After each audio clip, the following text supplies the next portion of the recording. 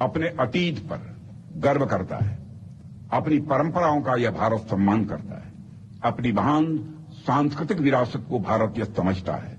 भारत की धरती ने चरक, सुश्रुत, आर्यभट्ट, वराहमिहिर, भास्कराचार्य, ब्रह्मगुप्त, माधव, पाणिनि, पतंजलि, नागार्जुन, पिंगल, मैत्रेयी, गार्गी तथा तिरुवल्लुवर जैसे महान विद्वानों को जन्म देने वाली यह भारत मां है। भारत ने दुनिया के श्रेष्ठ वैज्ञानिक, गणितज्ञ डॉक्टर ही नहीं दिए, बल्कि महान संत और दार्शनिक भी भारत माता की कोख से पैदा हुए हैं।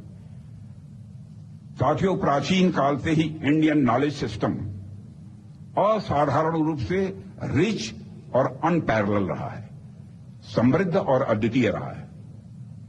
इसमें आस्था और विज्ञान, लौकिक और आध्यात्मिक, कर्म और धर्म तथा भोग और त्याग के बीच एक अद्भुत संतुलन भी दिखाई देता है। यही संतुलन भारतीय चिंतन को बौद्धिक के साथ साथ जीवन उपयोगी भी बनाता है। आपके सामने अभी मैंने आस्था और अध्यात्म इन दो शब्दों का प्रयोग किया है। आस्था क्या होती है? मैं विश्वास के साथ कह सकता हूं कि आस्था का जीवन में बहुत बड़ा महत्व होता है। आस्था और विश्वास का बड़ी से बड़ी जिंदगी की मुसीबतों को, जिंदगी की बड़ी से बड़ी कठिनाइयों को आस्था और विश्वास के का आधार लेकर उसके सहारे हल किया जा सकता है, उस पर विजय प्राप्त की जा सकती है। कोई यह कहे साहब कैसे होता है? मैं तो सीधा से, मेरी आस्था है, मेरा विश्वास है, मैं यह मानता हूं। यदि मैथमेटिकल प्रॉब्लम्स आस्था और विश्वास के आधार पर हल हो सकती हैं, तो मनुष्य के जीवन की समस्याएं आस्था और विश्वास के आधार पर क्यों नहीं हल हो सकती? सारे बच्चे यहां पर बैठे हैं, बच्चों से मैं एक सवाल पूछना चाहता हूं, और यही सवाल मैंने मैसूर में जो हमारे आईएएस, आईपीएस और ये सब सारे जो प्रोबेशनर्स हैं उनके सामने भी रखा था। क्या हुआ तो नहीं बताऊंगा, लेकिन यहां मैं बच्चों से पूछना चाहता हूं, क्योंकि यूनिवर्सिटी में पढ़ने वाले सब सारे बच्चे हैं, और यह बतलाने के लिए कि आस्था और विश्वास का जीवन में महत्व क्या होता है। जैसे मैं प्रश्न पूछता हूं, ध्यान से सुनिएगा।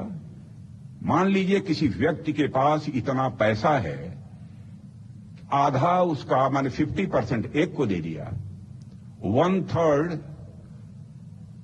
फिर दूसरे को दे दिया, फिर भी उसके पास 100 पैसा बचा। तो बताइए टोटल अमाउंट क्या था? कोई बच्चा बताएगा इसमें? Good, very good, very good. लेकिन यह निकालने के लिए भी आपने क्या किया होगा? यह निकालने के लिए क्या किया है?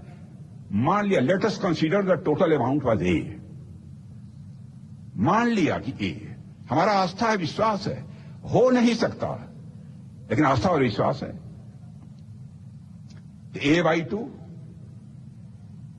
प्लस A/3 आधा दे दिया, 1/3 दे दिया। A/2 प्लस A/3 5A/6, और मान लिया टोटल अमाउंट A है, तो A minus 5A/6 is equal to 100। It means A is equal to 600। तो मैथमेटिकल प्रॉब्लम यदि सॉल्व की जा सकती हैं आस्था विश्वास के आधार पर, तो जीवन की समस्याओं का समाधान आस्था और विश्वास के आधार पर क्यों नहीं निकल सकता। और मैं बच्चों को एक बात और मैं कहना चाहूंगा, जीवन में बराबर, जैसा मैंने पहले कहा, मन बड़ा करके रखना, छोटे मन से काम मत करना। आज फाउंडेशन डे के अवसर पर हूं, और मैं महाराजा के बारे में मैं जानता हूं, जो कुछ भी जानता हूं उसी आधार पर मैं कह रहा हूं। उन्होंने कभी छोटे मन के साथ काम नहीं किया। महाराजा भोपाल सिंह जी ने जो कुछ भी किया है बड़े मन के साथ किया है, इसलिए इसका मैं उल्लेख कर रहा हूं। और जितना ही आपका मन बड़ा होता चला जाएगा, उसी रेशियो में आपकी सुख, आनंद की अनुभूति बढ़ती चली जाएगी। और मैं तो कहता हूं, बहुत बड़े मन का यदि कोई व्यक्ति हो जाता है, उसको तो परमानंद की प्राप्ति हो जाती है, परमात्मा की भी प्राप्ति हो जाती है। मैथमेटिकल इक्वेशन में यदि कहना हो तो मान लो थोड़ी देर के लिए कि मन यह सर्किल है।